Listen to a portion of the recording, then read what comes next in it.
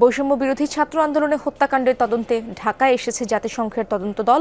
পররাষ্ট্র মন্ত্রণালয়ে সচিব মাসুদ বিন মোমেনের সাথে বৈঠক করছেন তারা। সেখানে রয়েছেন আমার সহকর্মী আহমেদ রেজা, তার কাছেই জানতে চাইব বিস্তারিত।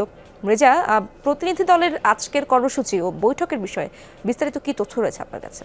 ইশরাত, জাতিসংঘের প্রতিনিধি দল অর্থাৎ 3 সদস্যের প্রতিনিধি দল এক সপ্তাহের জন্য, মূলত প্রাথমিকভাবে বলা হচ্ছে যে এক সপ্তাহের জন্য তারা ঢাকায় এসে পৌঁছেছেন। গুড লাক পেনের সফট অয়েল বেসড ইঙ্ক দেয় নিখুঁত লেখার আত্মবিশ্বাস। Good luck pen, make your lakh.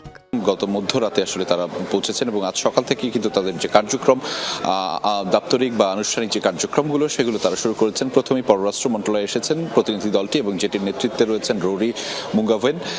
তিনি আসলে 3 সদস্যের প্রতিনিধি দল নিয়ে এই মুহূর্তে পররাষ্ট্র সচিব মাসুদ বিন মোমেন তার সাথে বৈঠকটি করছেন এবং সেখানে বাংলাদেশে ঘটে যাওয়া অর্থাৎ 16 জুলাই থেকে 6 আগস্ট পর্যন্ত যে হত্যাকাণ্ড ঘটেছে সেই বিষয়ে পররাষ্ট্র মন্ত্রণালয় থেকে যে বিবৃতিগুলো বা তার সাথে কথা বলে সেখানকার কি কি তথ্য রয়েছে সেগুলো নিয়ে মূলত আনুষ্ঠানিকভাবে তারা সেই আলোচনাটি করছে এবং তারপরে হয়তো গণমাধ্যমে পররাষ্ট্র মন্ত্রণালয় থেকে কথা বলা যদি সম্ভব হয় সেটি জানাবেন, আমরা সেটি নিশ্চয়ই আপনাদেরকে জানাবো। একই সাথে প্রতিনিধি দলটির মূলত আজকে আরও বেশ কিছু কার্যক্রম রয়েছে। সেই কার্যক্রমের অংশ হিসেবে তারা মূলত আজকে সুশীল সমাজের প্রতিনিধি যারা রয়েছেন তাদের সাথে বৈঠকে বসবেন রাষ্ট্রীয় অতিথি ভবন পদ্মায় এবং সেই বৈঠকটি শেষে কিন্তু তারা এই যে 7 দিনের যে কর্মসূচি তাদের রয়েছে সেটির সাথে কিন্তু সরকারি কর্মকর্তা এবং সচিব পর্যায়ে এবং বিশেষ করে বিভিন্ন উপদেষ্টার সাথেও তাদের বৈঠকের কথা রয়েছে। ইশরাত, ধন্যবাদ আপনাকে।